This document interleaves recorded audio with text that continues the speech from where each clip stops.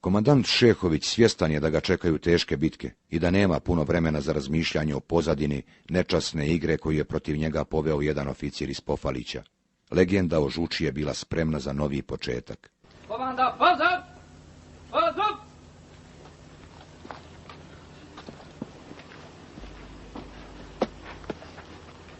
Gospodine komandante, dio jedinica i komande prve mehanizovane brigade nalazi se na izvršenju borbenih zadataka. Komandant brigade Šehović Ener. Poslije detaljnih priprema, srpski komandanti odlučuju da u ofanzivu, kojom bi vratili izgubljene položaje na Orliću, te osvojili slobodnu vogošćansku teritoriju, izašli na brdo Hum, krenu u septembru. Odlučuju da u ovoj ofanzivi koriste živi štit, u kojem će ispred sebe gurati Bošnjake, logoraše iz četničkih logora Sonja i bunker u Vogošći, te Planjina kuća u Semizovcu. Po mnogim vojnim analitičarima, bilo je to prvi put u historiji ratovanja u svijetu da se na ovako brutalan način pokušava osvojiti neka teritorija. Naši borci su nekoliko dana prije ovog napada počeli sa iskopavanjem rovova između Orlića i Kote 850, s ciljem da liniju što više približe neprijatelju. 17. septembra neprijatelj je munjevito zaposjeo naše nedovršene rovove. Sad vidim tamo kopaju, momci iz meni drago, kako su brzi, kako su I kažem, Salket, vidiš ovo, i bit će nam i onda Kaže, nisu, kaže, oni, kaže, četnici. Tu večer sam i napisao, završio izvještaj, praktično to možemo skenirati, kaže, ne znam šta nosi novi dan. 18. septembra četnici kreću u napad, gurajući ispred sebe zarobljene logoraše iz Vogošće, koje im je za ovu priliku poklonio Brane Vlačo, upravnik logora Bunker u Vogošći. U živi štit poslao nas je Vlačo Branislav, upravnik logora, koji nas je izveo tu na ovu čistinu, ujutru postrojio i nas 50 odabrao, koji smo posjedali ovdje u autobus, koji je bio bez sjedišta, a rekli su nam navodno da idemo da kopamo rovove. Ofanziva na potezu Orlić 3 bukve je krenula u rani sabah. Drama sa živim štitom primjerene zapamćene brutalnosti, kakav nije zabilježen i u Hitlerovo doba. Kako pucati u svoje sunarodnjake, zarobljene u logorima, među kojima se zasigurno nalaze i bliski srodnici, bilo je pitanje bez odgovora koje su postavljali sebi branioci sa Žuči. Puna šuma, što kaže, naroda. Ne moraš raspoznati s druge strane ko je vojnik iz srpske vojske, ko je civil. Beretke nosi jedan drugi. Neko te moli da pucaš, neko kaže nemoj pucat, neko, ne znam nija, psuje, neko, ne znam, i sav taj haos. Jel? Logoraše, zarobljene Bošnjake, srpski vojnici su držali u velikoj rupi ispod Kote 850 i odatle su ih razvili u streljački stroj.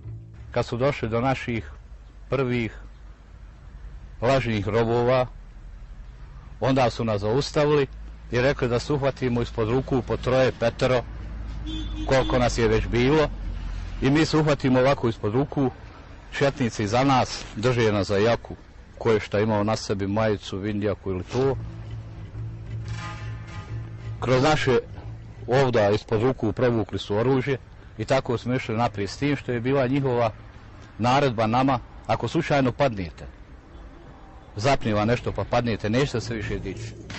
Veliko je iznenađenje vladalo među našim borcima. Jednostavno, vidjevši u živom štitu svoje sunarodnjake, nisu imali srca pucati. Prvi napad izveden je na spolju jedinica i borci su na jednom dijelu popustili i povukli se u podnožje Žuči.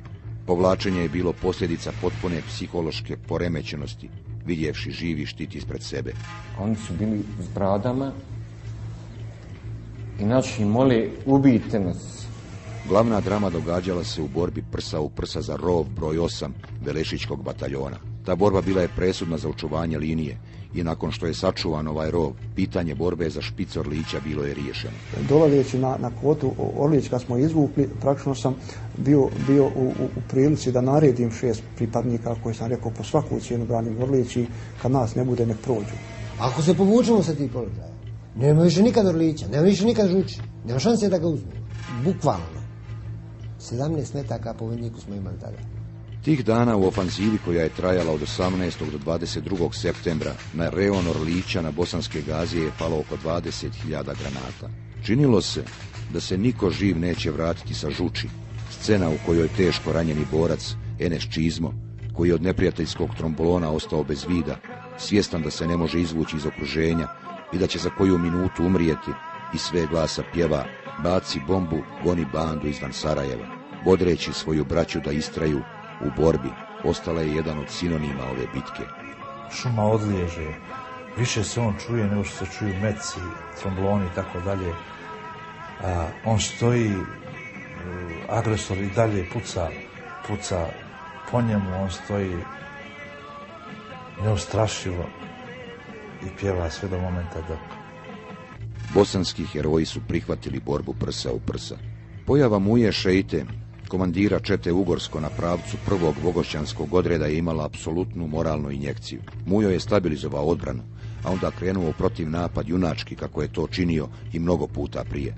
Vrativši izgubljene položaje prvog vogošćanskog odreda, Mujo je poginuo na 15 metara od neprijatelja u jurišu u rejonu 3 Bukve, zaustavivši srpske specijalce. Svako vrijeme rađa svoje heroje. Ja sam rastao u mahali u kojoj je rastao i živio i porodicu imao rahmetli Mujo Šeito. Jedan miran čovjek, najeksplozivniji bi bio kad bi igrali fudbala na Saračev Čajru ili na Hadžinoj njivi. Čovjek od kojeg niko nije očekivao, pa ni ja kao klinac sada nisam očekivao da će on biti neki lider, neki vođa. A zaista je to Mujo izrastao u jednog velikog lidera, jednog vođu. Za Muju će njegovi borci reći da su sa njim u bitku išli kao na igranku. Pošto je već nekoliko puta bio ranjavan, ja sam imao utisak da takav čovjek ne može poginuti. Na sličan način kao i Mujo tog 18. septembra poginula je sarajevska heroina Fadila Odžaković, žuta, žena koja nije osjećala strah. Smrtno je ranjena boreći se prsa u prsa sa 5 neprijateljskih specijalaca. Do saniteta na Orliću sam našao onaj teško ranjenu Fadilu, dok sam je nosio onaj tražila od mene, daj mi samo kap vode. Heroina prava, jedina si bila, živjet ćeš u nama, vječno hej Fadila. Za vijest o pogibiji njena braća Alija i Hajrudin u Goraždu su čuli putem radija BiH, kada je nakon pjesme Velešićki bataljon spiker kazao da je žuta herojski poginula u odbrani domovine.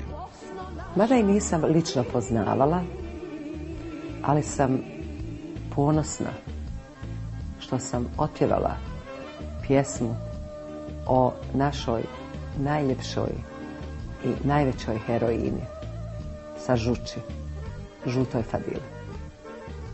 Ovom prilikom želim da je uputim dovu, neka je rahmet njenoj duši i al-Fatiha. U ovim borbama na Žuči poginuo je jedan od najvećih srpskih nacionalista, Predrag Žarković Božur. S Božurom je poginulo i pola krivoglavačkog interventnog voda, kao i policajac iz Vogošće, Radenko Krčo, poznat po brutalnosti nad logorašima u Vogošći. Direktno u planiranju i komandovanju ofanzive na Orlić učestvovao je i Nikola Poplašen. Tad je u Vogošći i okolnim mjestima počeo kružiti slogan: sa Žuča se niko ne vraća. Ja sam bio sa Božurom zvanim, taj vojvoda neki njihov iz Vogošće, koji je stvarno bio grlat taj dan i galamio i naredio je ovom jednom iz Semzovca momku Skando Nermin da mu nosi municiju za njih. Skando je, ne znam, nešto valjda protestovao i on ga je ubio. U septembarskom živom štitu poginulo je 15, a teže ranjeno 30 logoraša Bošnjaka iz Vogošće.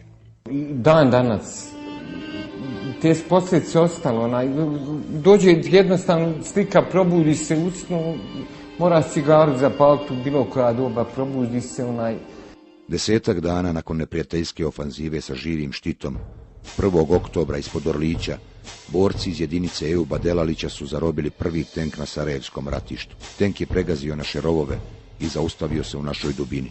Nadljudskim naporima ispod teške neprijateljske artiljerije